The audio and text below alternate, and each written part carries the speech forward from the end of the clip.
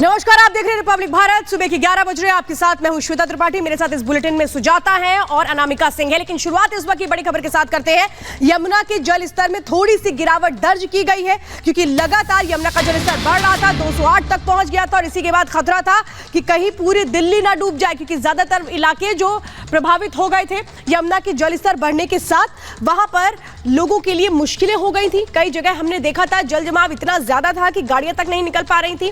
तो अब फिलहाल ये जानकारी मिल रही है कि 208.38 हुआ है यमुना का जल स्तर, जो कल 208.67 हो गया था। सुजाता, बिल्कुल, तो राहत भरी खबर है ये और उम्मीद की जा रही है कि धीरे धीरे दिन चढ़ने के साथ ही, क्योंकि पहाड़ों पर बारिश नहीं हो रही है, उसकी वजह से पानी कम आ रहा है और उसी से यमुना का जो जल स्तर है वो दिल्ली में धीरे धीरे इसी तरह से कम होता जाएगा और जो सड़कों पर पानी आ गया है वो भी उतर जाएगा। तो अच्छी खबर, राहत भरी खबर है। हालांकि ये नहीं कह सकते हैं कि खतरा टल गया है।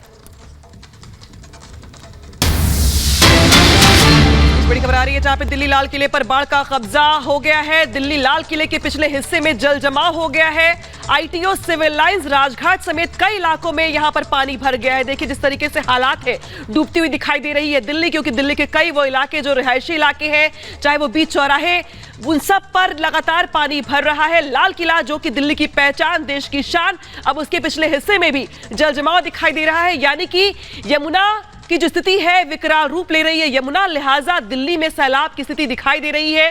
लाल किले पर बाढ़ का कब्जा हो गया है, दिल्ली डूब रही है और यही वजह है कि रेस्क्यू ऑपरेशन लगातार चलाया जा रहा है। लेकिन हालात बद से बदतर होते चले जा रहे हैं। फिलहाल जिस तरीके से स्थिति बन रही है उसको देखते हुए कहा जा सकता है कि आने वाले दिन दिल्ली के लिए काफी अहम हो जाते हैं, जब देखना यह होगा कि अभी बाढ़ का खतरा कितना और मंडराता है दिल्ली के ऊपर। बिल्कुल, और रिपब्लिक भारत की टीम हर हिस्से में मौजूद है। किस तरह की हालात इस वक्त हैं वो हमारे सहयोगी बता रहे हैं। हमारे अलग अलग सहयोगी दिल्ली के अलग अलग हिस्सों में हैं, पहाड़ों पर भी हमारे सहयोगी हैं। हमारे सहयोगी हथनी बैराज से भी जुड़े हुए हैं, अमित हमारे साथ हैं, वैभव कुल्लू से हमारे साथ हैं। दिल्ली से अगर हम बात करें तो प्रियंका हमारे साथ जुड़ी हुई हैं। सबसे पहले दिल्ली का ही हाल जान लेते हैं। प्रियंका, खबर थोड़ी अच्छी है, लगातार जल स्तर कम होने की खबर आ रही है, लेकिन हकीकत क्या है, सड़कों पर कैसा हाल है अभी?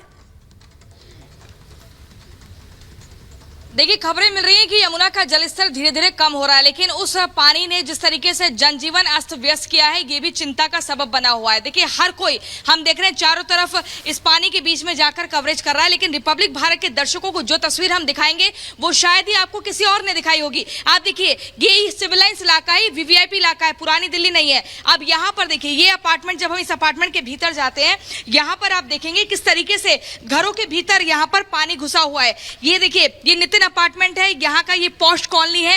ये देखिए कैसे यहाँ पर सारी फैमिली जो है अपने रिश्तेदारों के घर चली गई। सामने वो गाड़ी आप क्रेटा देख रहे हैं, कितनी महंगी वो गाड़ी है, वो पानी में डूब चुकी है, पूरी तरीके से डैमेज हो चुकी है। इसके अलावा इधर आइए, संजीव इधर आइए, देखिए यहाँ पर ये गार्डन एरिया है, लोगों की ये बालकनी है ग्राउंड एरिया की, ग्राउंड फ्लोर की, और यहाँ पर भी पानी पूरी तरीके से घुसा हुआ है। किस तरीके से अब ये पानी कब निकलेगा ये एक बड़ा सवाल है। कल रात यहाँ पर लोग अपने रिश्तेदारों के घर पहुंचे क्योंकि बिजली नहीं आ रही है। यहाँ पर लोगों का कहना है जो ट्रांसफार्मर है बिजली का वो जमीन के नीचे है और अगर बिजली की सप्लाई आती है तो करंट आ जाएगा और ऐसे में बड़ी त्रासदी हो सकती है। कुछ आसपास यहाँ पर लोग भी हैं, उनसे भी हम बातचीत करेंगे। सर, आपका नाम? आनंद प्रकाश। क्या सर, ये बताइए, आप यहीं के रहने वाले? हाँ, बिल्कुल यहीं के रहने वाले। पहले वो आपने देखा कभी ऐसा मंजर? नहीं, कभी नहीं देखा। नहीं, कभी नहीं देखा।